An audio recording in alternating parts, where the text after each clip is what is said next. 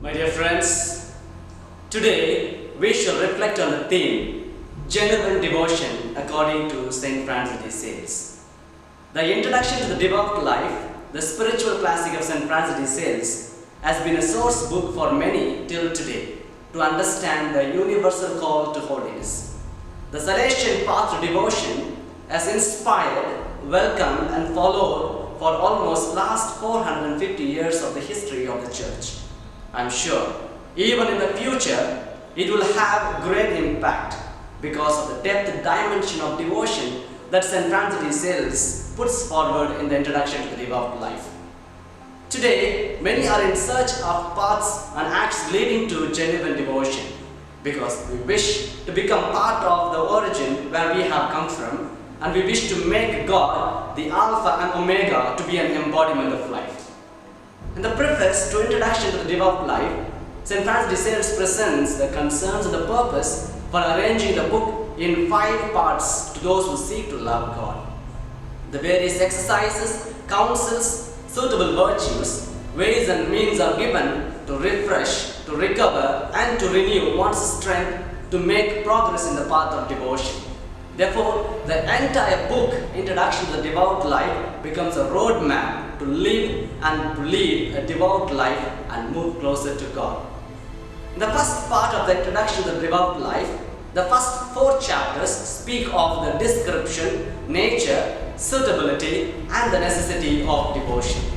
St. Francis de Sales says, each one conceives devotion according to one's liking and imagination.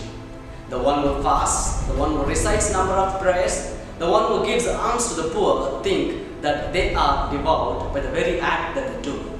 Perhaps they may appear to be devout outwardly, but in actuality they do not practice genuine devotion.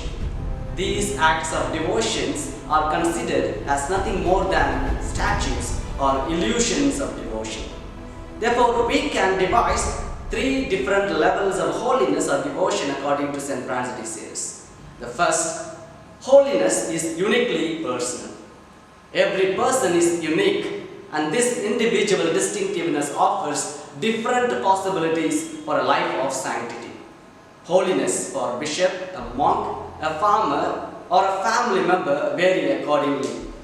The practice of devotion has to be according to the life situation, strength, duties and responsibilities of each person.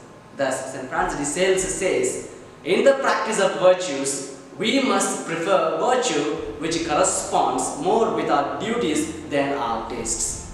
Second, universal call to holiness. It is possible for everybody to follow the path of holiness in all situations of life.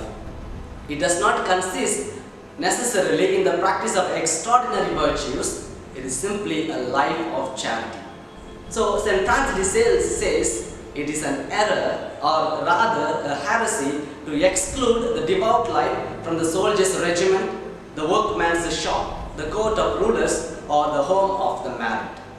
The third, holiness is relational. We all of us live in a community or a family. We are formed in the web of relationships with God and with people who are part of life. Hence, relationships are important as they affect the holiness or devotions of life. It is said that St. Francis de Sales constantly advises the spiritual children about the need for practicing the virtues of tolerance, patience, forgiveness, and love to keep the relationships in the families and societies in which they lived. Moreover, St. Francis de Sales gives us an apt example. Just as the butterfly sucks honey from the flowers without causing any damage to it, so also true devotion does not cause any damage or harm in any life situation or occupation, but on the contrary, enriches, ennobles every life situation and occupation. So, genuine devotion does not damage us, rather makes us realize the image of God imprinted in us enriches life. So, my dear friends, let us make a sincere progress in the path of devotion through the intercession of St. Francis de Sales. God bless us all. Live Jesus.